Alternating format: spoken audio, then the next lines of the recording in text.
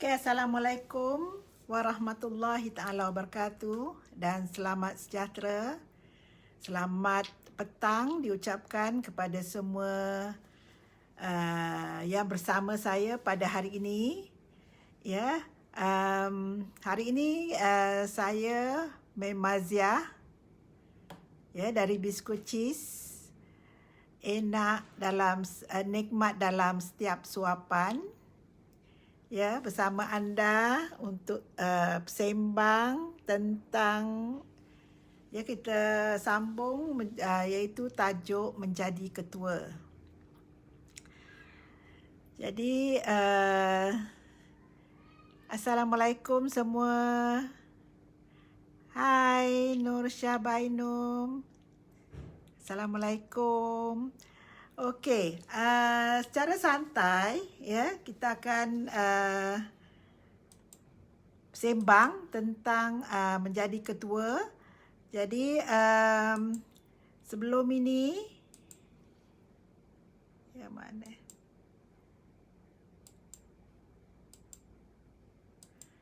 Okey, sebelum ini kita telah sembang tentang untuk menjadi ketua perlulah tahu sedikit sebanyak tentang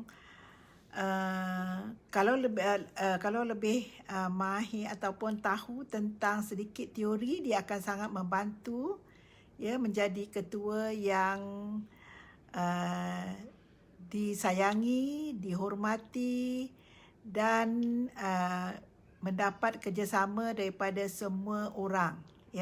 Tidak kira ketua dalam organisasi, ketua dalam kumpulan, ketua dalam persahabatan, dalam kita berkawan, sudah tentu ada yang agak menyerlah dan dapat mengetuai sesuatu kumpulan. Dan biasanya dia yang akan membuat keputusan, keputusan akhir biasanya. Jadi di mana-mana secara tidak langsung wujudnya ketua. Dalam rumah tangga pun ada ketua. Apabila suami dalam suatu keluarga yang lengkap berada di rumah, maka suamilah ketua. Dan penolongnya adalah biasanya ibu. Ibu atau emak akan jadi penolong, iaitu barisan kedua, juga ketua.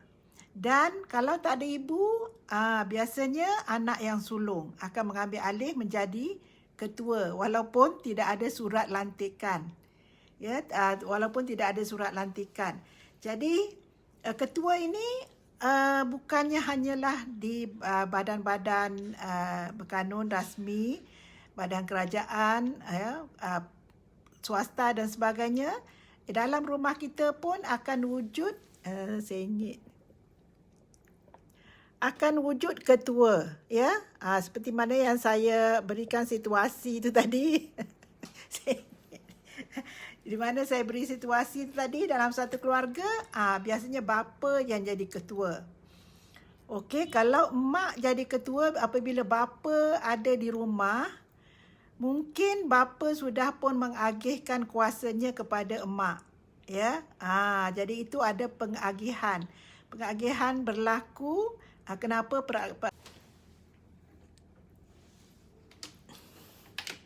Disconnected.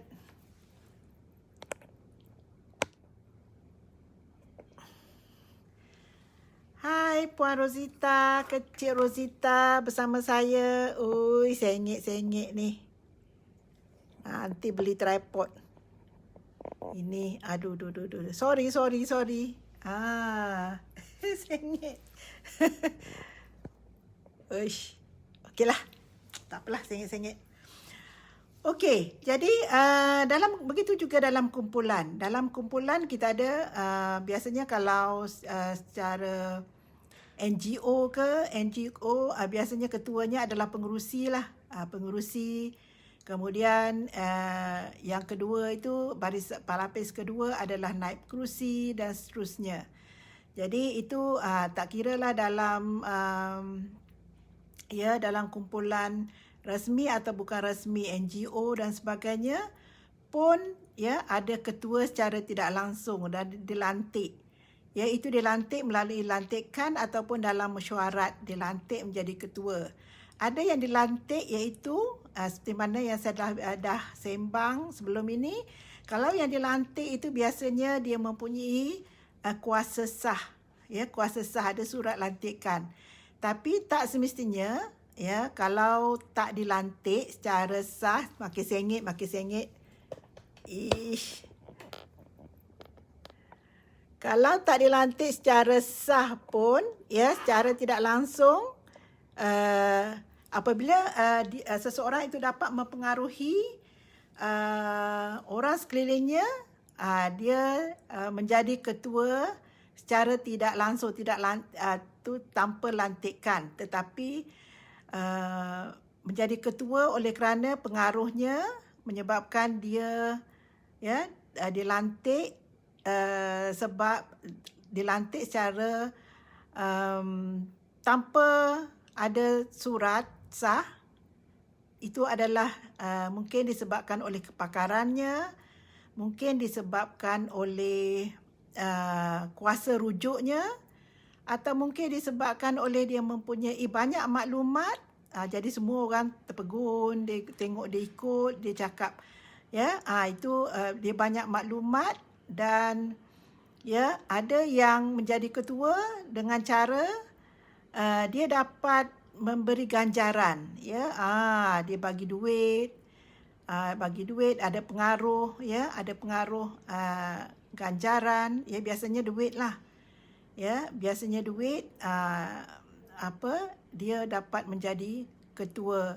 Ataupun dengan cara apa lagi? Kalau menjadi dia mempunyai karisma, ya, karisma iaitu nampak personalitinya, ya, sebagai model. Saya ingat kenapa hari ini.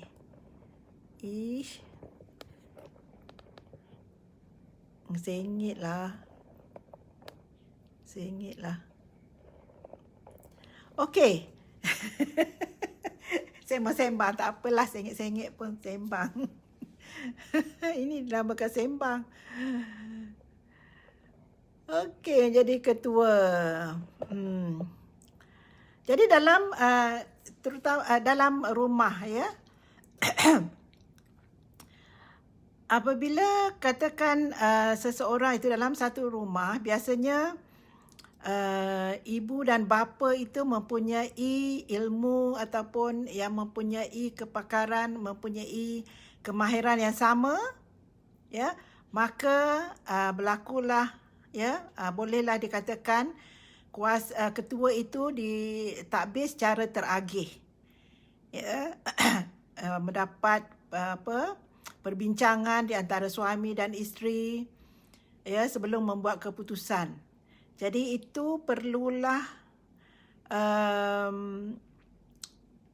pengetahuan dan ilmu dan nilainya adalah lebih kurang sama. Ya, jadi biasanya akan mentadbir ataupun mengetuai rumah tangga tersebut dengan cara line tak elok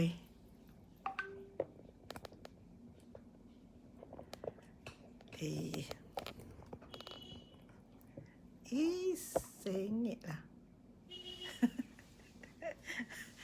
Okey, sorry. Okey, jadi kalau kalau bersama-sama, jadi bapa dan ibu bersama-sama mentadbir rumah, membuat keputusan bersama, ya, suami bertanya pendapat isteri bertanya pendapat suami sebelum keputusan diambil. Jadi itu secara teragih. Tapi sekiranya, ya, ada berlaku di mana suami akan menjadi ketua secara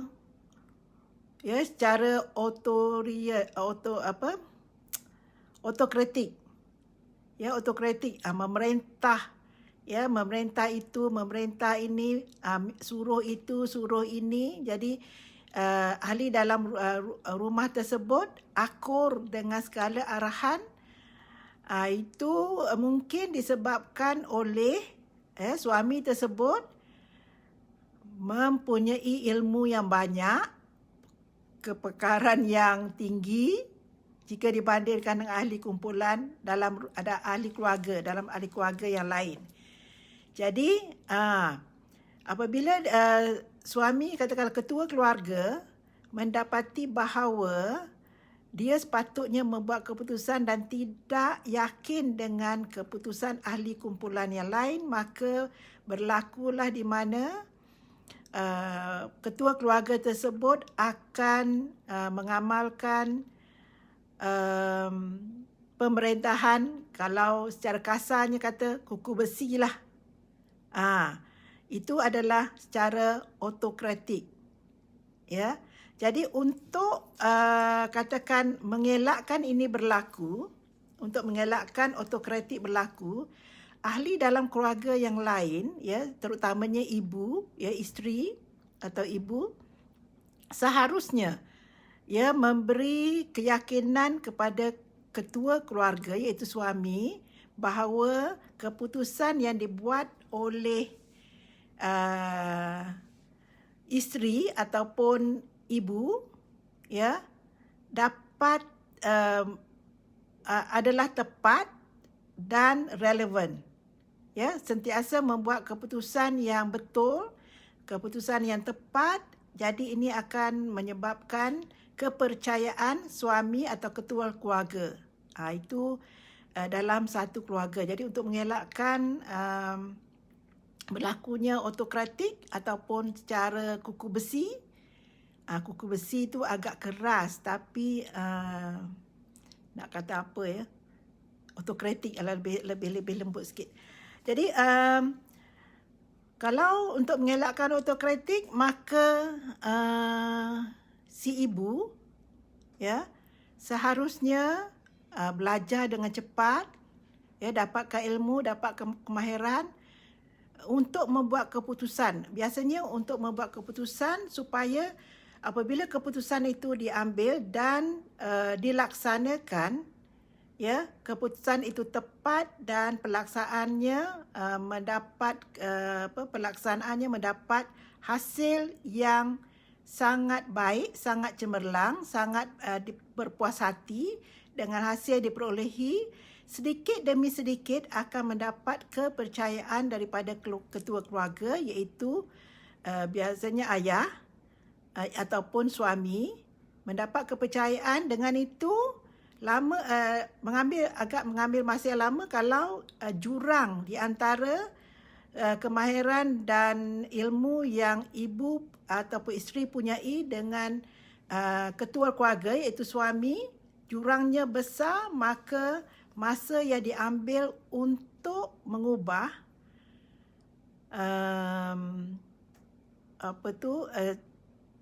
pentadbiran secara kuku besi atau autokratik kepada lebih bertolak ansur, lebih demokrasi atau lebih teragih, mengambil masa yang lebih lama. Jadi besar jurang ilmu dan kemahiran antara ibu dan ayah ataupun suami dengan isteri, maka lebih besarlah kemungkinan, ya, pentadbiran dalam rumah tangga itu menjadi autokratik ataupun kuku besi. Jadi cadangan saya lah, ya, walaupun ambil masa yang lama untuk ubah daripada autokratik kepada demokrasi, iaitu sentiasa berbincang, membuat keputusan bersama dan sebagainya, perlulah, ya, si isteri atau ibu ini melengkapkan diri, ya, belajar melalui internet ataupun buku dan sebagainya, bagaimana untuk membuat keputusan yang betul, bagaimana untuk bertindak, bagaimana untuk memprojekkan diri, ya, bagaimana untuk berkomunikasi supaya keputusan ataupun tindakan yang ibu buat atau isteri buat itu terbukti bahawa akan menghasilkan keputusan atau result yang dikendaki. Jadi lama kelamaan ya ini akan menimbulkan kepercayaan, trust di antara suami dengan di antara suami ya. Suami akan connection. Okey. Jadi itu adalah cadangan. Jadi begitu juga dengan itu dalam rumah tangga. Kalau dalam organisasi pun sama. Ya, dalam organisasi pun sama. Dalam katakanlah kita NGO ataupun dalam organisasi ataupun dalam pejabat, dalam dalam mesyuarat dan sebagainya, ya. Kalau hendakkan yang lebih semua berpuas hati, ketua berpuas hati, orang sekeliling yang dipimpin itu berpuas hati dan keadaan lebih harmoni, maka seharusnya ya semua pihak mengambil peranan untuk belajar. Tambah ilmu, tambah kemahiran supaya kemahiran dan ilmu itu sama taraf, ya. Sama taraf. Bila sama taraf, maka ini akan berlaku pengagihan kuasa. Okey. Ini berlaku pengagihan kuasa apabila ketua dengan pengikutnya mempunyai tahap pencapaian sama, tahap kemahiran yang sama, tahap komunikasi yang sama, tahap nilai yang sama, ya, ilmu kemahiran nilai yang sama, maka kita akan dapati bahawa kadang-kadang keputusan itu dibuat oleh orang bawahan, ya. Contohnya iaitu ketua mengagihkan kuasanya kepada orang bawah. Jadi ini adalah dipanggil teragih, kuasa yang teragih. Jadi kuasa yang teragih ini terbentuk apabila ya pemimpin atau ketua mengagihkan tugas, kuasa dan kepakaran. Ya, mengagihkan. Jadi mengagihkan maknanya dia mungkin terpanggil empowerment. Ya, empowerment. Jadi untuk empowerment ini diberi ya oleh ketua, sudah tentulah kita hendaklah berikan kita mendapat kepercayaan. Ya, mendapat kepercayaan. Untuk mendapat kepercayaan ini, maka kita kena buktikan bahawa setiap kali kita buat keputusan, ya, setiap kali kita beri pandangan itu adalah bernas dan sentiasa menghasilkan result yang bagus, result yang baik, ya, result yang cemerlang setiap kali. Kalau sekali mungkin kepercayaan itu tidak terjejas. Tapi kalau setiap kali buat keputusan, setiap kali bagi pandangan, bagi idea dan idea itu diterima dan apabila dilaksanakan, kejayaan dicapai, ya. Maka dengan itu trust, ya, ataupun kepercayaan dalam yang ada akan menjadi semakin tinggi. Jadi apabila trust ini, kepercayaan ini menjadi semakin tinggi, maka ketua itu wireless connection. Sorry. Dia mungkin poor wireless connection. Tak pasti. Internet. Ini kena 5G lah agaknya. Okey, jadi begitu juga kalau kita ya supaya ketua kita tidak melaksanakan autokratik, ya, mengarah itu, mengarah ini, suruh itu, suruh ini, ya, maka kita hendaklah sentiasa selangkah ke hadapan. Belum disuruh kita buat. Yes. Kita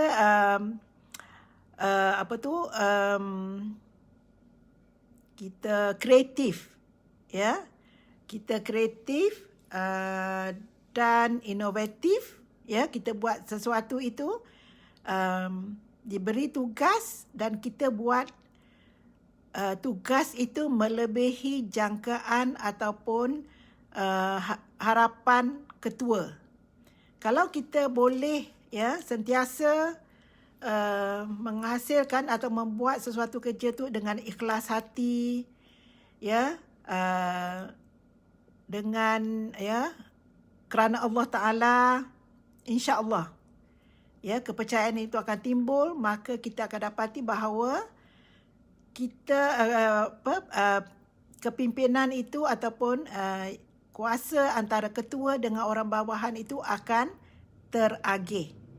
Ya, jadi amalkan, buat secara ikhlas lillahi ta'ala. Kita jangan kata mungkin kata kalau kita sentiasa buat kita akan dipijak, kita akan di apa ni panggil, kita macam kita dipaksa dan sebagainya. Kita dipaksa sebab kita tak buat, kita tak kreatif, ya, kita tak menghasilkan hasil yang melebihi jangkauan ketua kita ataupun melebihi jangkauan suami kita. Jadi hendaklah kita sentiasa menuntut ilmu ataupun mencari Google, baca pembacaan, ya, lepas tu daripada pemerhatian dari pengalaman kita, ya, kita build up the skill, ya, kita bina kemahiran kita. Kalau buat gini orang tak suka, so kita buat gini. Kalau gini orang tak suka, kita buat gini. Tetapi yang pentingnya kerana Allah Ta'ala, lillahi ta'ala. Itu yang selamat. Ya, kalau kita buat untuk orang suka sedangkan perkara itu mungkin dimurkai oleh Allah Subhanahu Wa Ta'ala, itu bukanlah tindakan yang baik. Ya, sebab kadang-kadang kita tak tahu bahawa tindakan kita itu betul atau tidak. Ya, kita tidak tahu kadang-kadang tindakan kita itu betul atau tidak sebab moral dengan akhlak itu berbeza. Ya, moral dan akhlak berbeza. Jadi kalau akhlak kita buat kerana Allah Ta'ala. Kalau moral biasanya mengikut standard ataupun budaya di mana kita tinggal. Ya, jadi moral itu tak semestinya Allah terima. Ya, kadang-kadang moralnya dia katakan kalau macam mana ya, moral dengan akhlak apa contoh moral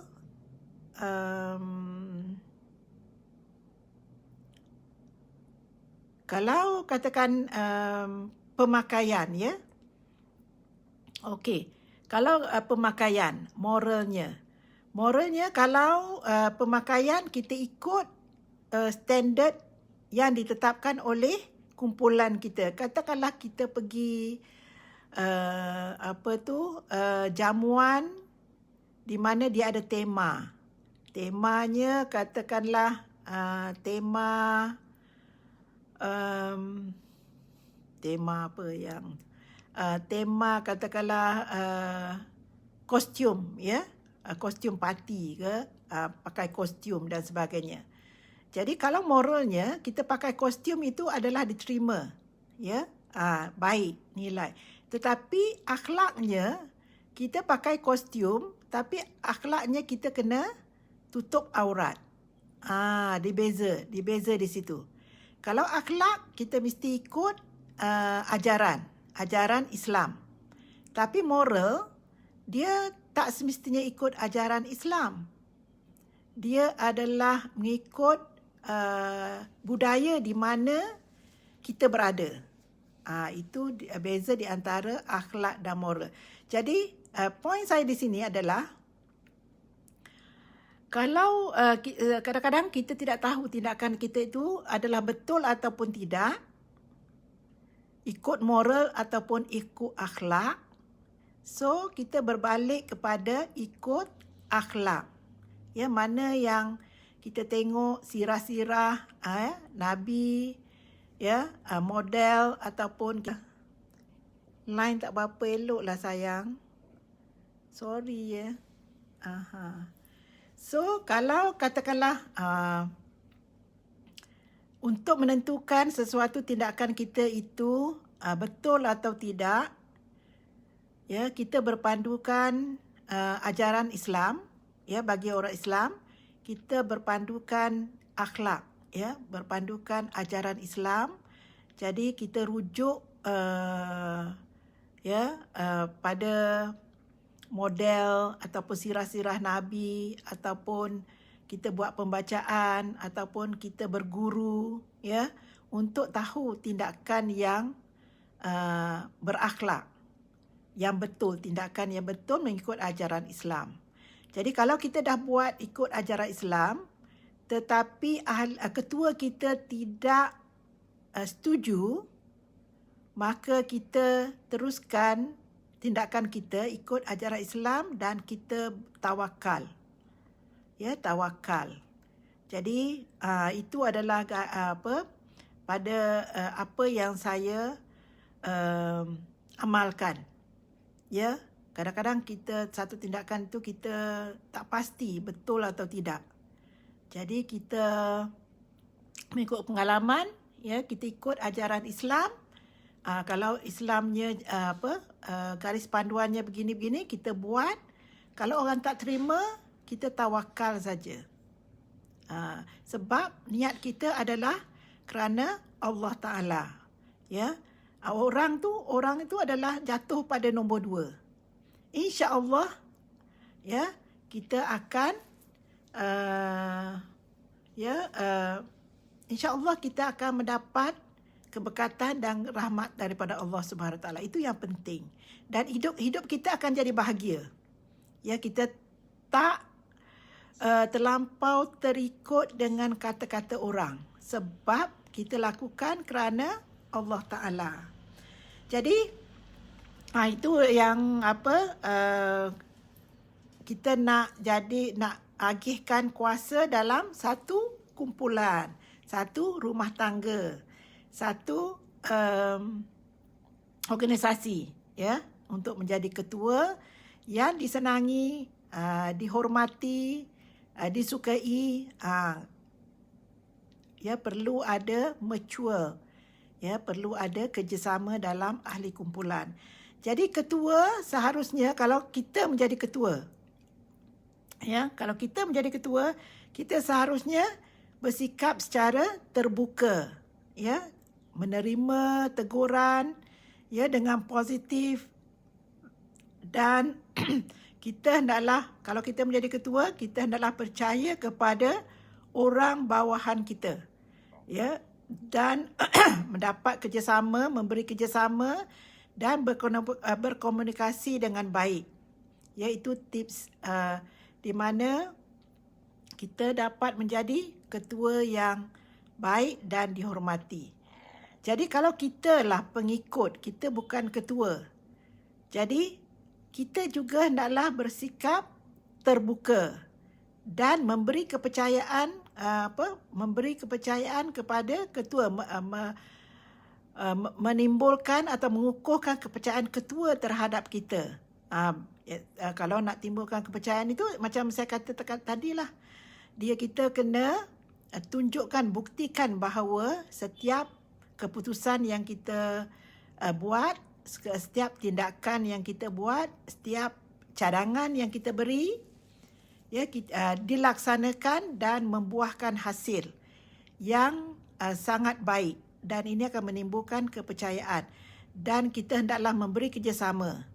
Kerjasama ini bukannya satu pihak saja, kerjasama ketua dan orang yang memimpin dengan orang yang dipimpin.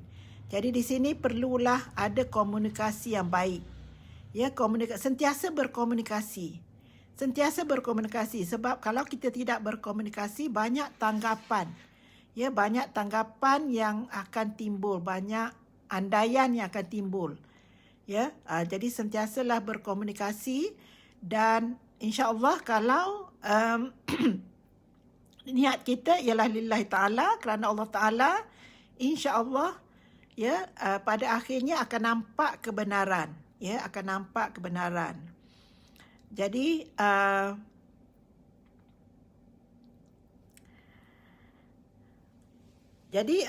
untuk kalau kita sebagai ketua, ya, loading. Okey, kalau kita sebagai ketua, ya, kita hendaklah beri peluang kepada orang bawah kita untuk buat keputusan. Ya, dan untuk buat keputusan, lalu kemudian kita nilai keputusan yang dibuat dan kita bagi cadangan, penambahbaikan dan ini akan menimbulkan keyakinan kepada orang bawahan kita supaya lain kali dia akan dari masa ke semasa akan yakin dengan keputusan dan tindakan yang dibuat. Jadi di sini untuk ketua ini memimpin secara teragih, ya, mesti melibatkan dua pihak ketua dan bukan ketua. Kita ni kadang-kadang kita jadi ketua, kadang-kadang kita jadi pengikut, ya. Jadi kalau dengan anak-anak kita akan jadi ketua. Kalau ada suami bersama, suami akan jadi ketua, kita yang jadi pengikut. Ya. Dan kita jadi dalam satu semasa itu, ya, tak semestinya kita jadi ketua sepanjang masa. Kadang-kala kita jadi pengikut. Jadi sebab itulah kita perlu tahu bagaimana untuk menjadi ketua dan bagaimana untuk menjadi pengikut. Supaya hidup kita harmoni, bahagia, gembira, tenang, tenteram. Ya, jadi tak stres. Kalau stres, makan biskut chips. Nikmat dalam setiap surapan. Sebab kepakaran kami adalah menyediakan dessert yang dapat mengembirakan wanita-wanita yang stres. Itu adalah kepakaran kami. Jadi itu silingan. Okey. Sembang. Diharap apa yang saya sembangkan ini dapat memberi manfaat walaupun sedikit, ya. Yang benar itu, yang betul itu dari Allah, yang kekurangan itu dari diri saya. Jadi saya hanya kongsi, ya, supaya saya dapat ya, buat amal jariah, ya, berkongsi pengalaman dan juga berkongsi ilmu. Walaupun kadang-kadang kalau kesilapan atau tersilap itu, maafkan saya sebab saya berdasarkan pengalaman, ya, daripada pengalaman. Jadi kalau kita kalau viewers, ya, ada pengalaman, bolehlah type di sini, ya, atau lain kali saya jemput untuk sembang, boleh ke? Ini baru nak belajar ni. Boleh. Your views. Okey, boleh, tapi tak pandai lagi nanti. Macam mana nak jemput supaya kita boleh bersembang. Okey. Jadi kita hidup ni kadang-kadang kita jadi ketua. Dalam rumah pun, ya. Kita main peranan kadang-kadang jadi ketua. So bila kita jadi ketua, kita hendaklah tahu bagaimana berperanan menjadi ketua. Iaitu kita bagaimana kita nak memimpin anak-anak kita. memimpin anak-anak kita supaya anak-anak kita akan menjadi pengikut yang mahir, pengikut yang pakar, ya, pengikut yang berilmu. Jadi dia dapat memberi pandangan, dia dapat memberi idea dalam sesuatu keputusan yang nak diambil. Ya, tapi apa-apa pun ketua yang akan buat keputusan. Itu adalah yang terbaik. Kalau ketua tidak dapat membuat keputusan, ya, keputusan akhir. Biasanya orang bawah akan memberi cadangan, tetapi ketua yang seharusnya membuat keputusan. Ya, ketua yang membuat keputusan dan menilai keputusan orang bawah dia itu boleh diterima ataupun tidak. Kalau tak boleh diterima, berilah penambahbaikan, ya. Sebelum itu pujilah, bagus. Tapi kalau apa kata kita buat begini. Jadi itu akan memberi keyakinan supaya lain kali kita tak penat.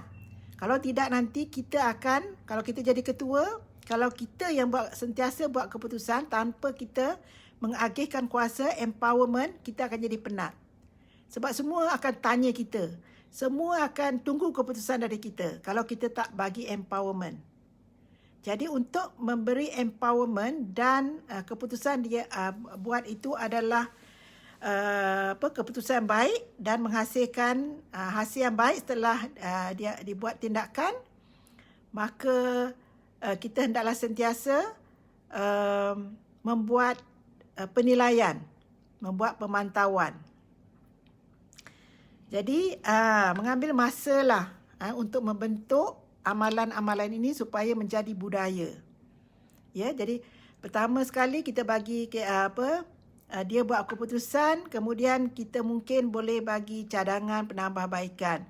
Mungkin yang sampai satu ketika dia buat keputusan, dia buat cadangan yang bijak sehingga kita tidak perlu lagi membetulkan atau menambah ataupun memperbaiki keputusan yang dibuat oleh orang bawahan kita.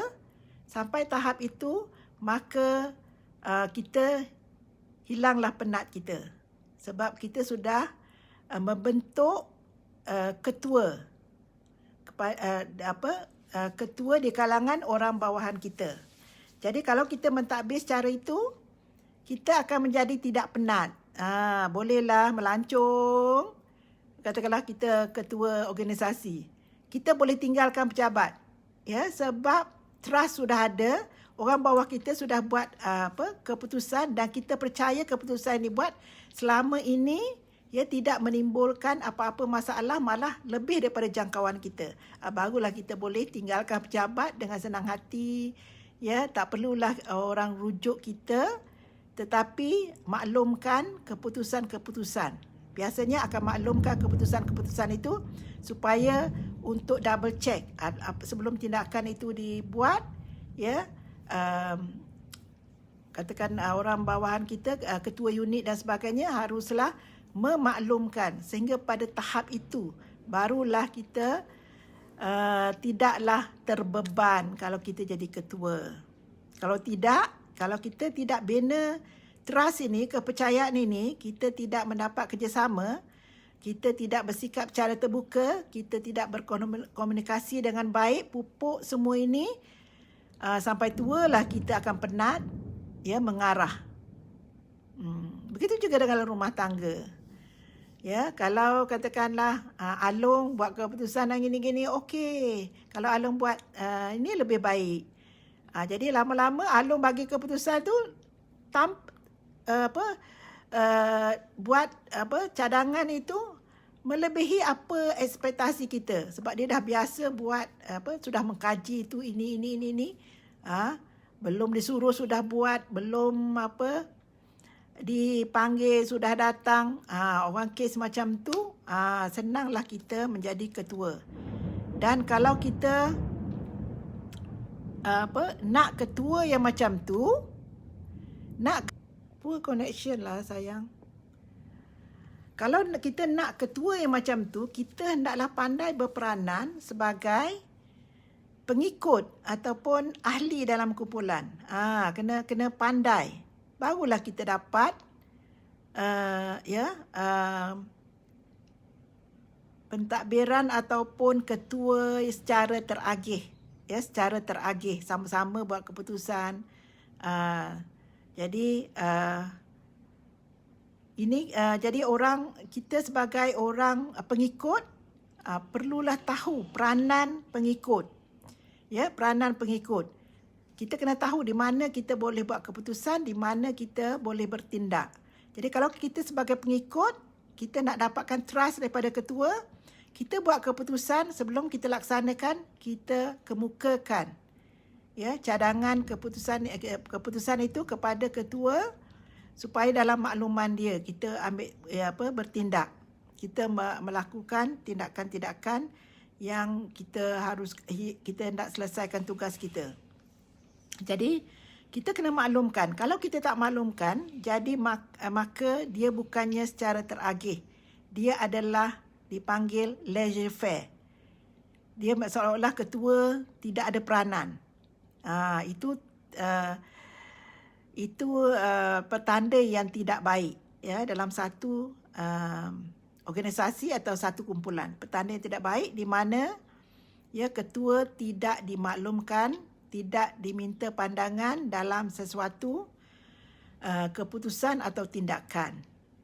Dia bezanya sama ada ilmu ataupun tidak. Ketua secara teragih dengan laissez-faire, dia bezanya adalah ada ilmu ataupun tidak. Kalau laissez-faire, ketua itu tidak ada ilmu. Pengikutnya melebihi pada ketua. Pengikutnya tidak menghormati ketua. Pengikut tidak tidak menghormati ketua. Tidak meminta pandangan ketua. Itu laissez-faire. Okey. Yang teragih bezanya ada ilmu. Kalau yang laissez-faire itu pengikutnya buat suka hati. Buat sesuka hati tanpa ambil kira ketua. Di mana di sini berlaku apabila ketua itu tidak ada ilmu, tidak ada pengalaman dan tidak ada skill, tidak ada nilai. Ketua itu macam tunggul lah. Itu berlaku laissez-faire. Jadi elakkan ini berlaku. Jadi untuk elakkan berlaku supaya timbul harmoni, semuanya mesti ada ilmu. Semuanya mesti menghormati. Mesti tolak ansur, mesti bersikap secara terbuka, keras di antara ketua dengan pengikut, bekerjasama dan banyak komunikasi. Kalau laissez-faire tak ada komunikasi. Orang bawah dia buat sesuka hati dia je. Tanpa macam ketua tu tunggul. Tetapi kalau ketua secara teragih, semua ada ilmu. Bila ada ilmu, kita nak buat tindakan itu, kita buat pertimbangan yang bijaksana. Jadi itu bezanya laissez-faire dengan ketua teragih. Ketua secara teragih. Maknanya orang bawah pun dapat menyumbang dalam organisasi. Jadi ini akan meringankan beban tugas semua pihak. Okey. So harap pengkongsian saya ini memberikan manfaat. Sekiranya ada silap salah, boleh bagi pandangan, tulis itu. Kata saya tak setuju, saya setuju gini-gini, pendek je boleh saya ulas. Jadi lebih seronok. Ini macam saya bercakap seorang aja. Kalau ada interaktif lagi seronok. Hingga jumpa lagi di hari esok ataupun petang ini, insya-Allah pukul 5 dengan topik yang lebih santai. Okey, sekian, wabillahi taufik wal hidayah. Wassalamualaikum warahmatullahi wabarakatuh. Sebab ini Facebook saya tak nampak sangat siapa yang ikut. Terima kasih Nur Syah Bainum, terima kasih Puan Rosita. Ya, bersama saya itu yang saya nampak pada skrin yang lain. Maaf sekiranya saya tak nampak anda sebab entahlah saya ni tak mahir, baru belajar. Okey, bye.